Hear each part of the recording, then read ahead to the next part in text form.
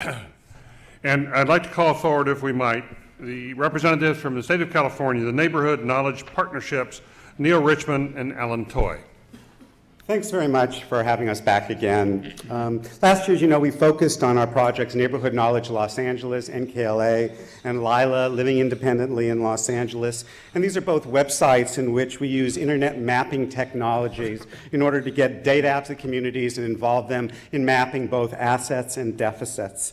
But I want to get very concrete here. How is this information really used? NKLA, where we put on a range of governmental databases, organizers use it to decide where to do door knocking because they can find the communities that have not gotten attention. Community development corporations use it to acquire property and to negotiate with owners that have not been keeping their property up.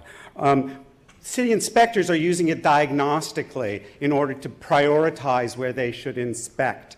And then that information comes back to us so that we can update that and people can actually see and measure improvements.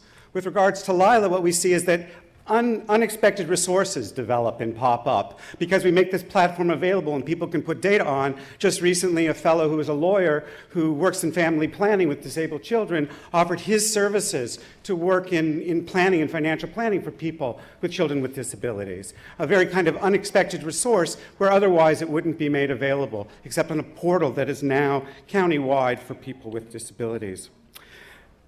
Groups, and talking to groups, they find that government information is increasingly fragmented. Each government agency has its own website, but it's only a bit of the picture. And they're saying to us, we want to have the whole picture, a more complete picture of our community than any one entity can provide. Moreover, we think that we can contribute our grassroots community knowledge to that if you give us a place to enter that information.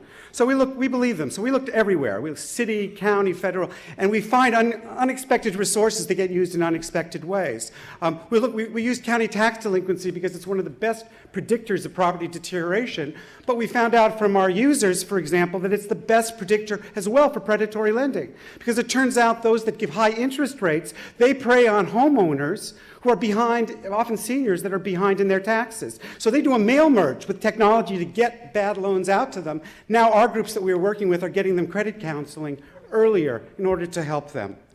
And when there are gaps in information, and I think Lila is a good example, our partners have come up with creative ways of filling it.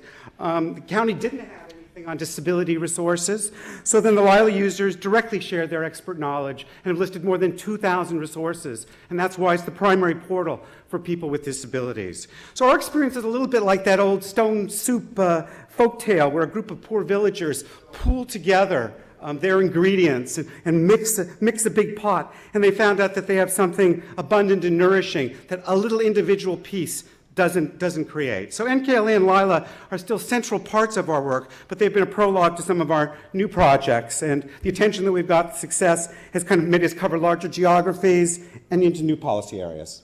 And so at this very hour in Sacramento, the California State Independent Living Council is approving a new state 3-year plan for independent living, of which a major part is the development for the first time of a statewide independent living resources database that is exactly based on Lila. In the County of LA, the Lila model has also generated a federal Homeland Security project. We're creating a site where volunteers can find out where the volunteer opportunities exist in their communities and can best match up their skills with the needs that those agencies have. A Healthy Cities website, another county project, has just listed hundreds of resources for young people to find summer jobs this summer, be well in advance of the summer vacation so they can start looking now. These are employers who want to hire them. For the first time on the Federal Homeland Security Project, CERT, Community Information Training Team graduates, will be compiled for cross-jurisdiction emergency call-outs. This interest in the site has extended all the way to Governor Schwarzenegger's office on service and volunteerism, and we don't even launch it until next month. NKLA has turned into NKCA in the past year. A site in Sacramento based on this statewide website is using the data to find out where affordable housing is being lost. In Alameda County, a health agency is using it to map its efforts to prevent lead poisoning in older homes. And in Merced, the system was used to examine the economic impact of the child care industry.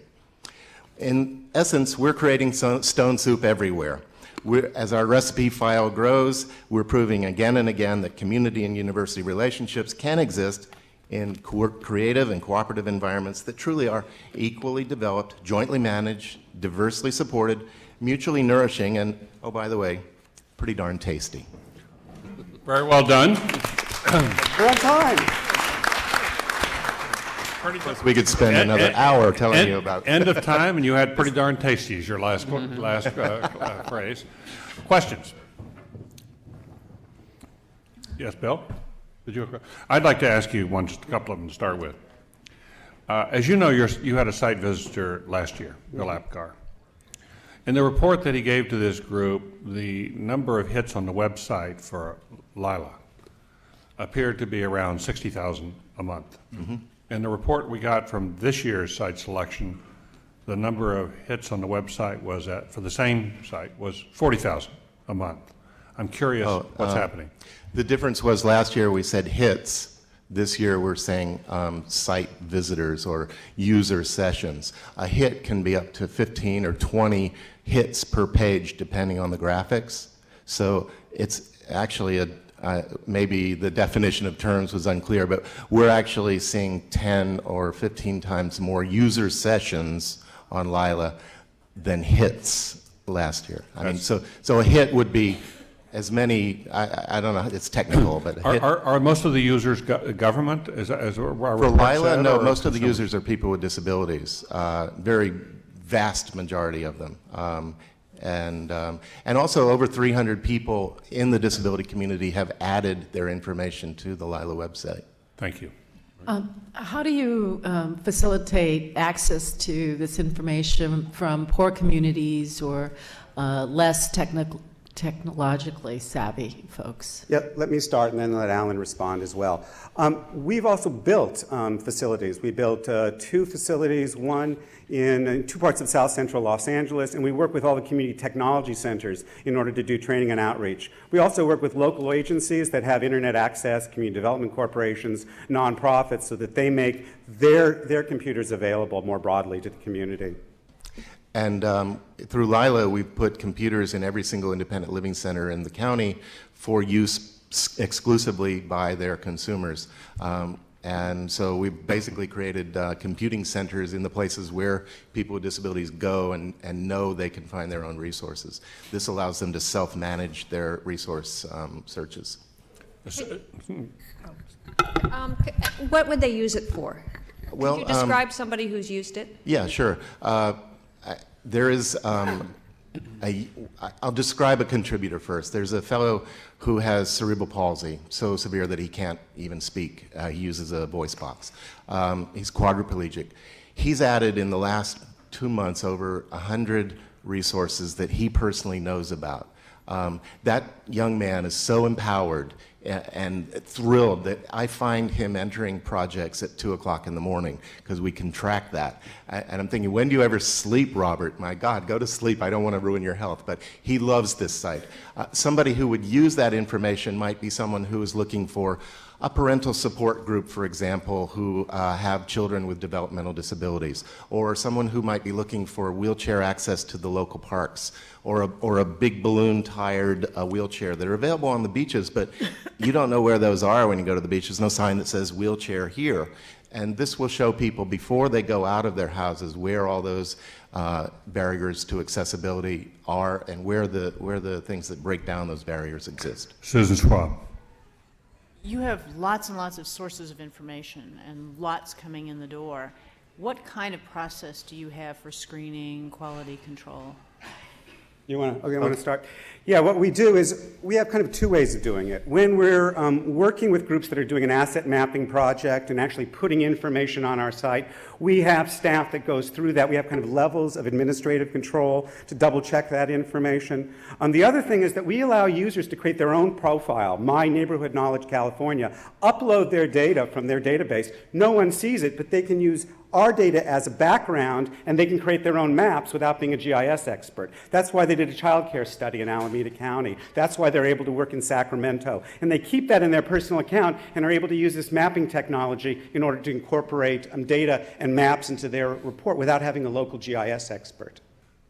Alan, do you want to talk as well about quality control? Well, the same thing goes with, also, this is an empowerment site. So when people in the disability community put their information up there, I'm not going through and saying, you spelled this wrong or you got that wrong. We have plenty of places on the site for people to go in and say, hey, I went to this place and that's the wrong number, wrong address, it isn't accessible, whatever. So we have that kind of user feedback as well. But the people who put it up there, we're doing everything we can to say, thank you for sharing. And we're not going to be too critical. If it's completely off base, then we might, check it and get back to them. But for the most part, we accept what people give us. Thank you. Time is up. Thank you. And Neil and Ellen, we thank you for coming here.